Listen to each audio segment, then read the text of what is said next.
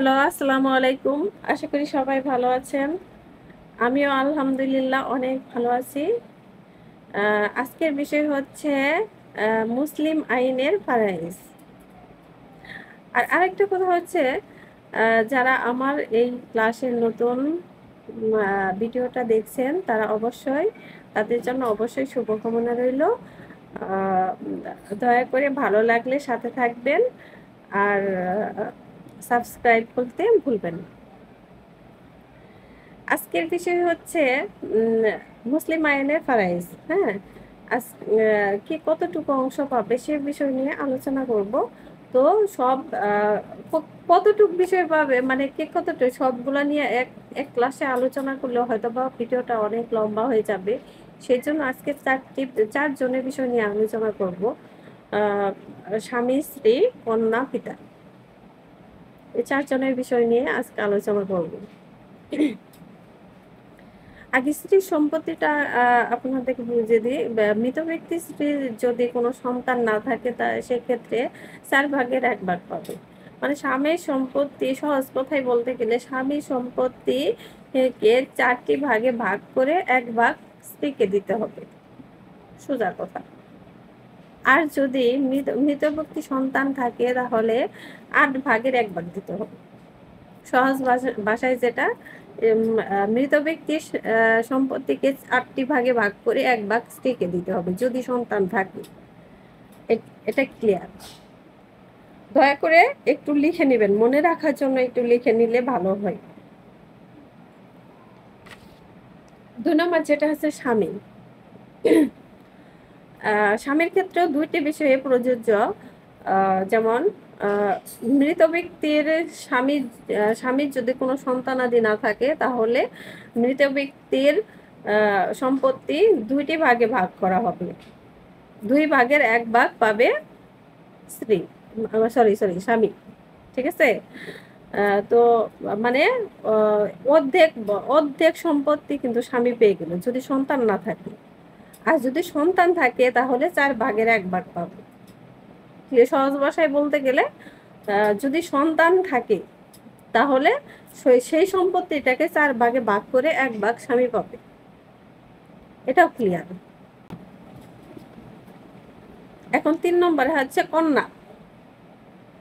কন্যা, মৃত ব্যক্তির যদি একটি মাত্র কন্যা থাকে সেক্ষেত্রে 2/1 পাবে কন্যা, মানে 2/1 পাবে।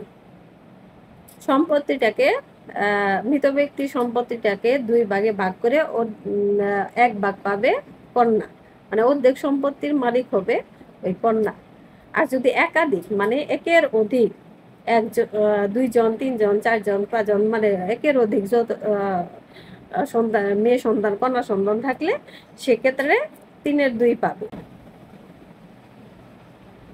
সেই ক্ষেত্রে 3/2 পাবে।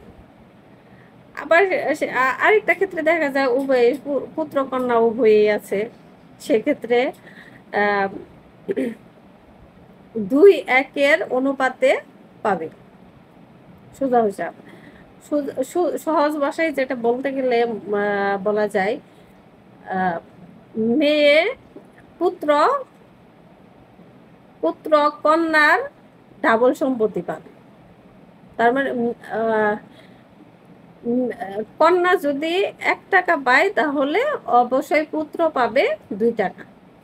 সাধারণ ভাষায় যে কন্যা যদি 1 টাকা পায় পুত্র পাবে 2 টাকা।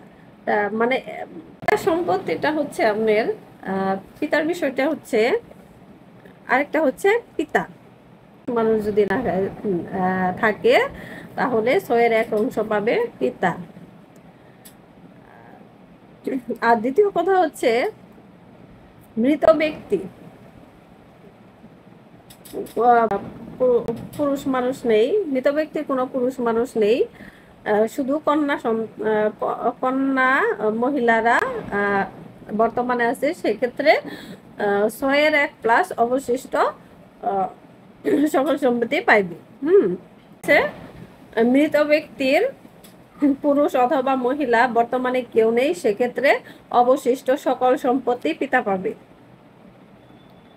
আচ্ছা, আমার এই আলোচনায় যদি কেউ কোনো বিষয়ে মানে না বুঝতে পারেন কমেন্টে জানাবেন, আমি কমেন্টের উত্তর দেওয়ার চেষ্টা করব। তো আমি যারা জানার আগ্রহী তারা অবশ্যই অবশ্যই এই কে কতটুকু পাইছে অংশগুলা লিখে রাখবেন, সেটা মনে রাখার দরকার আছে। আপনি যদি এই বিষয়গুলো মনে থাকে তাহলে সম্পত্তি ভাগ করা কোনো ব্যাপারই না। পরবর্তী ক্লাসে আরো বাকি যে অংশীদার আছে তাদের নিয়ে আলোচনা করব। আজকের মতো এখানে ভিডিও শেষ করছি। সবাই ভালো থাকবেন, দীপা আক্তারের সাথে থাকবেন। তো আমি প্রতিদিন ভিডিও দেওয়ার চেষ্টা করব, যেহেতু কাজের জন্য পারি না।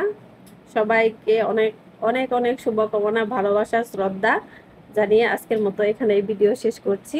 আসসালামু আলাইকুম।